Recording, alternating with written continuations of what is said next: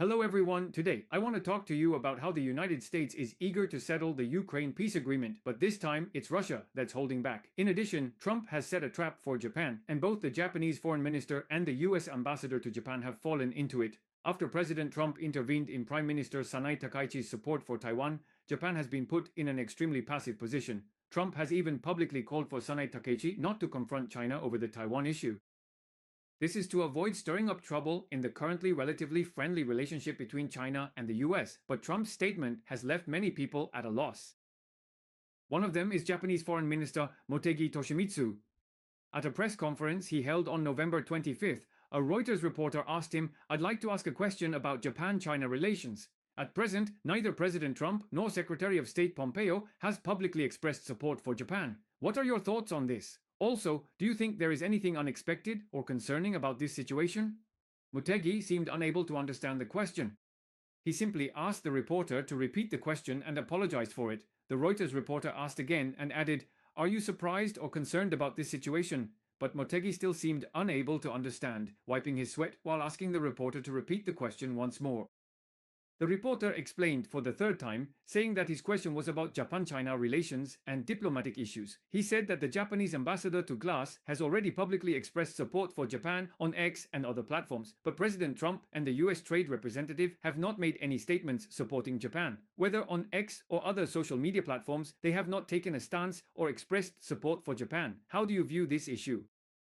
At this point, Mo Min-chong seemed to have just understood the question and responded. He said, "I believe Japan maintains various diplomatic relations with different countries, some of which are very good, while in others, there are certain issues where the two countries have differing opinions. All along, the White House or the US State Department has not made explicit statements on every single issue, saying whether they support or do not support them, one by one. Is that what you mean?" Mo Min-chong's answer was a bit evasive and also subtly implied that there might be differences with the United States. I'm afraid he didn't miss that. What did the Reuters reporter ask? Instead of answering directly, he kept responding with counter-questions to buy time and think before answering. After responding to this question, Mao Mu-wenkong hurriedly ended the press conference. In fact, Trump's awkward intervention didn't just put Mo Min-chong in a difficult spot. The lead reporter mentioned the US ambassador to Japan, Rahm Emanuel. After Prime Minister Kishida's speech in Congress, Ambassador Emanuel met with Japanese Foreign Minister Mao Wenkong on November 20th. Afterwards, Emanuel said that China's recent verbal attacks on Japanese Prime Minister Sanai Takaichi were infuriating, calling it a typical example of China's economic coercion. He emphasized that he was speaking on behalf of the president himself and the US embassy, and made it clear to the Prime Minister, "We support him." Emanuel later wrote on the X platform that for Beijing, coercion is a habit they just can't shake. However, just like last time, when the US strongly supported Japan during China's ban on Japanese seafood, this time we will once again stand by our ally Japan. In fact, even before this meeting, Emanuel, a staunch anti-China figure, had already repeatedly criticized China's comments about Sanai Takaichi on social media platform X. On November 15th, he uploaded a picture of a Christmas card on the X platform and wrote in a very sarcastic tone, "Special thanks only to Chinese Ambassador Wu Jianghao and Consul General Xue Jian in Osaka for your efforts in further deepening the unbreakable Japan-US alliance. Thank you both for your hard work." Grass comes from an investment banking background. After making his fortune in the business world, he became a major donor supporting Trump's campaign. After Trump was elected, he was rewarded for his loyalty by being appointed as the US ambassador to Japan, officially taking office this April. Grass is considered a hardliner on China and clearly lacks political experience. Even before Trump and Rubio had directly expressed their positions on the China conflict, he had already stepped forward to strongly support Japan. He also said that he was speaking on behalf of the president and the embassy to clearly express support to Prime Minister Kishida. But after that, Trump and President Xi Jinping had a phone call, and the two major powers, China and the US, reached an understanding. At that point, Grass, the US ambassador to Japan, was immediately exposed. He clearly did not represent the US president at all. Afterward, Grass retreated, and on the X platform, the US embassy in Japan stopped making statements about China relations. Even after Trump and Sanai Takaichi had a phone call, the US embassy in Japan's X account only reposted the Japanese Ministry of Foreign Affairs post about the Trump-Sanai Takaichi call, not daring to add any comments of their own. They were completely silent about the phone call between Trump and President Xi Jinping, which was a stark contrast to their earlier high-profile posts supporting Sanai Takaichi. To sum up this situation in a nutshell, first, not only does Sanai Takaichi not understand Trump, but just like the US ambassador to Japan, she also doesn't understand her own boss. That's why they fell into the trap of recklessly making anti-China statements, ending up in a very awkward position. Second, judging from the expression on Foreign Minister Yoko Kamikawa's face when she responded to reporters, it was clear that the Takaichi administration had suffered a setback.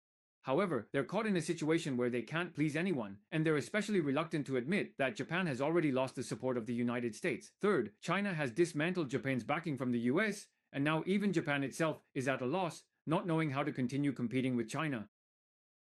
In addition, the Ukraine situation orchestrated by Trump seems to be taking shape as well. Earlier, the US and Russia agreed to propose a 28-point peace framework, which made Ukraine very uneasy. Later, after negotiations between the US and Ukraine, a few points were removed, and a new 19-point US-Ukraine peace plan was introduced, which turned the situation around. Trump claims that an agreement can be reached very soon. On November 15th, US media outlet Excel News reported that the current optimism in the US stock market is astonishing. That afternoon, Andriy Yermak, the head of the Ukrainian President Zelensky's office, gave a rare smile while answering questions during an interview. Yermak revealed that Ukraine has, in principle, agreed to most of the contents of the new agreement. He said that Zelensky hopes to meet with Trump as soon as possible, and that the terms of the 19-point peace agreement between the US and Ukraine may be finalized during Thanksgiving. On the other hand, Russian Foreign Minister Lavrov responded very cautiously, saying that Russia welcomes the initial version of the plan.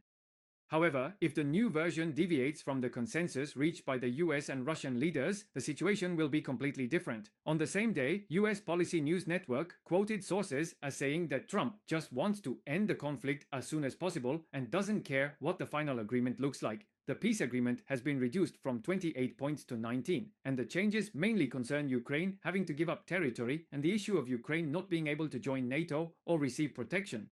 These issues are ones that even require Zelensky to negotiate directly with Trump. Andriy Yermak, the head of the Ukrainian presidential office, said that the main differences between the US and Ukrainian leaders that need to be resolved are primarily about territory. In the original US-Russia 28-point plan, Ukraine would have to recognize and cede to Russia additional eastern territories beyond what Russia currently controls. This sparks strong opposition from Zelensky and some of his supporters. At the time, the US argument was that the war had already shown Ukraine would eventually lose these lands.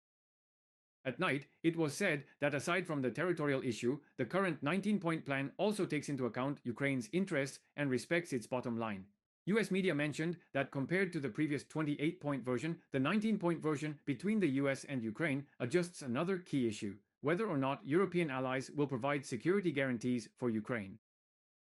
The previous 28-point version required Ukraine to rule out the possibility of joining NATO and not allow NATO troops to be stationed on its territory, but the latest version has set this issue aside. When Yermak spoke about the security guarantee clause, he said, "I think it now looks very solid. President Trump and the United States have decided to provide Ukraine with unprecedentedly strong security guarantees. He believes this is a historic decision. The security guarantees will be legally binding. The US side wants to put this into a formal treaty."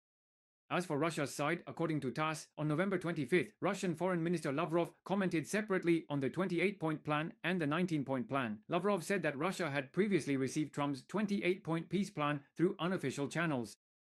However, the US has not yet provided Russia with other versions of the plan speculated by the media. He said that Russia believes the 28-point plan is based on the consensus reached at the US-Russia Anchorage meeting. He also reminded that if the literal and spiritual aspects of the Anchorage meeting agreement are disregarded, the situation will change. Russia appreciates Washington's stance of proposing initiatives to resolve the Ukraine conflict, but does not hold any expectations. Pushing forward the negotiations on the Poland issue too aggressively is not necessary, as stated by the Broadcasting Corporation on November 26th.